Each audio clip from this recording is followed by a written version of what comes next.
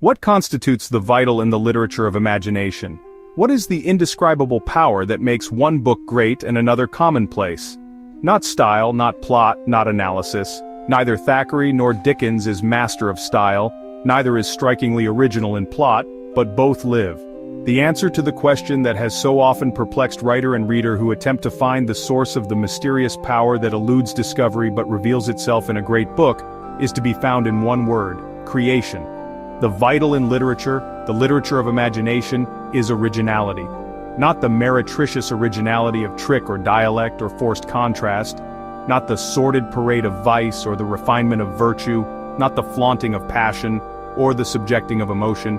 These do not constitute originality as the test is applied to literature. Originality, creation, means something more than a mere catalog of motives. It means the power to create a reproductive type, to visualize life, to project on the screen of existence a figure that is immediately recognized. The writer of fiction appeals to the imagination and emotions first, the intellect afterward. There is no person so dull or so unimaginative who has not at some time been vaguely conscious that some other person with whom he was brought in contact typified the primitive emotions of which he had understanding. The more limited the power of imagination, the more stunted the power of expression, the more powerful that type becomes. The servant who believes he has been unjustly treated by a master will forever afterward measure all meanness and injustice by the standard his imagination has created. The child's teacher who has shown partiality or vindictiveness is for many years to that child the antitype of all objectionable teachers. Human nature is controlled by symbolism, unconsciously, it is true, but the unconscious emotions, like the mechanical functions, are the most powerful. Deep-seated in every human understanding is an immanent and instinctive desire to find a symbol for expression. The power of expression is limited. Expression is genius. But although the average person is denied the gift of expression, its desire is never absent. Ceaselessly it beats on the back of the brain like a prisoner pounding with naked hands on the stone walls of his cell. To every human being at least once in a lifetime there comes the illumination of symbolic understanding. Not, of course, the same understanding to all men, but graduated according to their intellect and power of imagination. To some it is a flash so fleeting that, like the ripple of a moonbeam on a lake, it comes but to disappear and is as intangible as the color it reflects. To other persons it is like the setting sun of tropical seas when sky gives to wave its burnished gold, and ocean molten in its riot of color slowly fades into the blackness of night. We recognize only that which we know. The mind is a sheet of white paper, written on by the finger of experience, to use Locke's simile.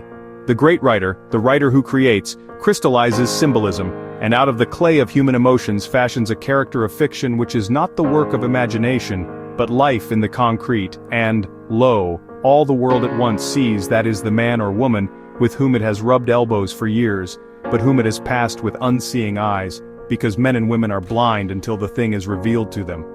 There is one and only one test that can be applied to imaginative literature, and that is the test of time. That which endures must be great, that which moves us to laughter or tears, and which moved our fathers and grandfathers and shall arouse the emotions of our children and grandchildren, must be true to life. Not a mere phase of life, but life yesterday, today, and tomorrow. Men change, morals change, fashions change, but life is immutable. Its tragedy and its comedy, its passions and its unfilled desires, its yearnings and its renunciations, these are the same today as they were in the beginning, as they always will be, no matter how much they may be glossed over by the sham veneer of convention and civilization.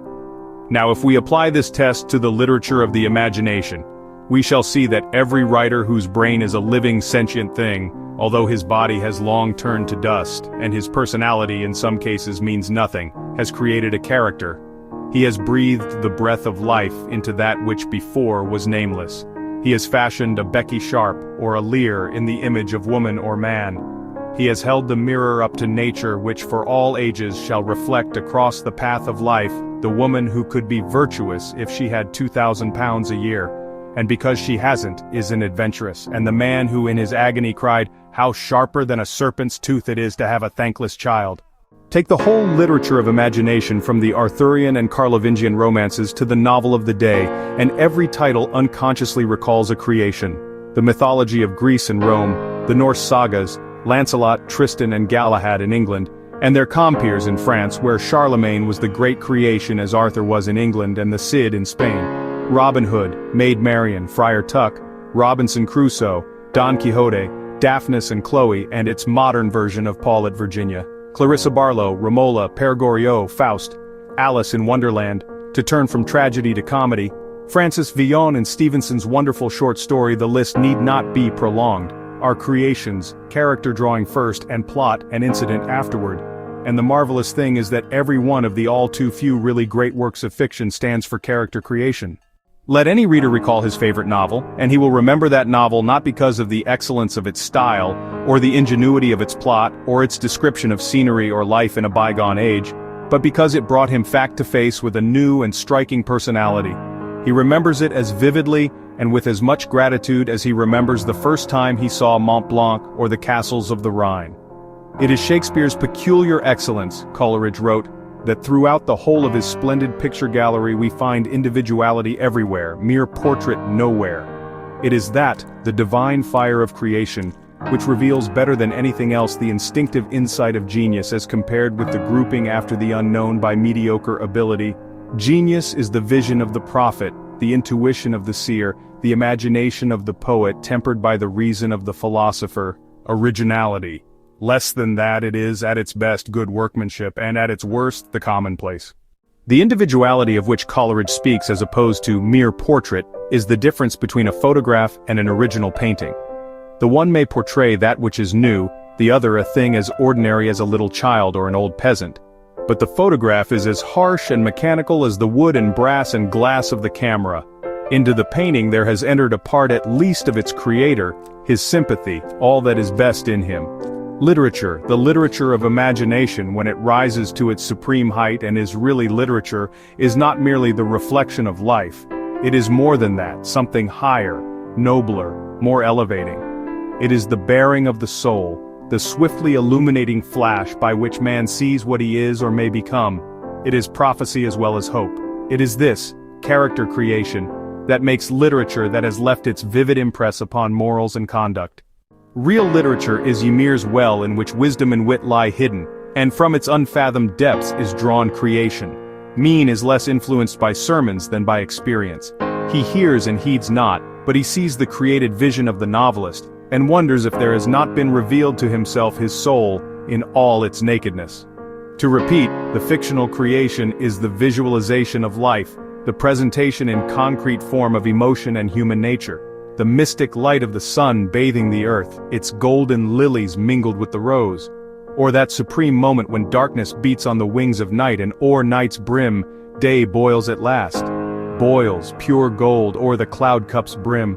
Sunrise and sunset, their mystery and message have always been, and men have seen them with unseeing eyes and their ears have been deaf to their meaning, until poet and painter called them into life and made them see and know. And so at last, with eyes opened, men understand the beauties of nature and the sensuous delight of color. Poet and painter, the hierophants of nature, have created nothing, but reproduced everything. That which is of least importance in the literature of imagination is style, and of scarcely more importance is plot. For few of the great novelists have been stylists, and there are no longer any plots. But creation is ever new, character building is never finished. For while men and women are elementally the same now as ever, while fundamentally Jeanne d'Arc is simply the 15th century survival of Iphigenia, every age produces its own type. It has its own habiliments as it has its own bodily garments, and the artist who reproduces the fashion of his time has created. In dismissing style and plot as of secondary importance, it must be remembered that we are considering solely the literature of imagination. Critics, like other people, see what they look for, not what is actually before them, says Bernard Shaw, critic and author. This may be set down as a Shavian whimsicality. The critic sits up aloft with an academic yardstick and a supply of literary reagents. Conscientiously he measures the action, dialogue, and characters of a work. With laborious analysis he seeks the basic fact in the tale. Is it identity, love, or death? His chief amusement is the philosophic diversion of making categories. Yet the writer of fiction is poet first and philosopher afterward, which means that the dramatic, the human interest, is foremost. We require of the novelist, says a reviewer of Fielding, that he shall possess the knowledge and skill to paint all sorts and conditions of men in their natural colors, that he shall have the courage to present them as they are, the humor to laugh at their shortcomings, the philosophy to make us see the good in them.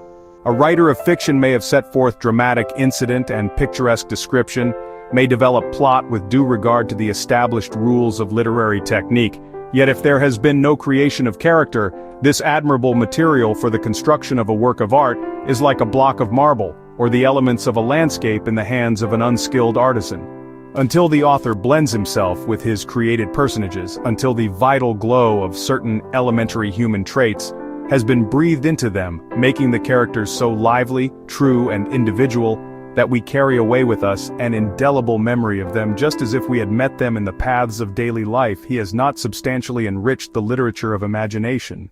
On the other hand, he may have no gift of what Lamb calls bare narrative. He may be verbose, as Thackeray often is, with no perception of the thundercloud and fiery splendor possibilities of style, or, as in the later works of George Eliot, the style made artificial by an attempt to avoid commonplace, and stiff by dint of condensation of thought. Yet if he combines, as these masters did, a child's quick apprehension of the sensuous aspect of things with the natural power of seeing into hearts, he is able to draw with intimate and living force certain basic passions and motives in human form, and achieves creation. The critic constantly cries there is no longer any art, and there is no one whom he may honor, and it is the critic who is largely responsible for the decadence of the literature of imagination, and who has raised a false standard. The critic has made a fetish of style. To the critic, style is the lifeblood of fiction, and in his microscopic searching for style, which he weighs and measures with pedantic exactness, he misses the vital. His gaze is fixed afar, and in sweeping the literary firmament for the star in Perseus, he crushes underfoot a living thing. The great novelists have always subordinated plot to creation, or perhaps it would be more correct to say that their characters are so overwhelming that the plot appears of minor importance as compared with the development of character, to which the plot is merely the stage, the setting, the background, the very costumes which envelop the actors and make them real. No author need fear the charge of plagiarism in plot, for he may go to Shakespeare for his 20th century incident of the Bond of Shylock, as Shakespeare went to the Italian novelist Florentine of the 15th century, as Florentino went to the 8th century, and from the Greek monk Damascenus, borrowed from the romance of Barlaam and Josaphat, the idea of the three caskets, as Sheridan found in Smollett's Tabitha Bramble the model for Mrs. Malaprop, as the bards took the contest between David and Goliath as the foundation for many fierce encounters between knights and giants. The modern novelist can hope to find no undiscovered mine of human motive. The world is too old for that, and motives follow too closely well-defined laws for a literary Newton to discover a new principle in human conduct. He cannot hope even to create an absolutely new character, but he can look at things old and things new from the combined standpoint which things old and new together give.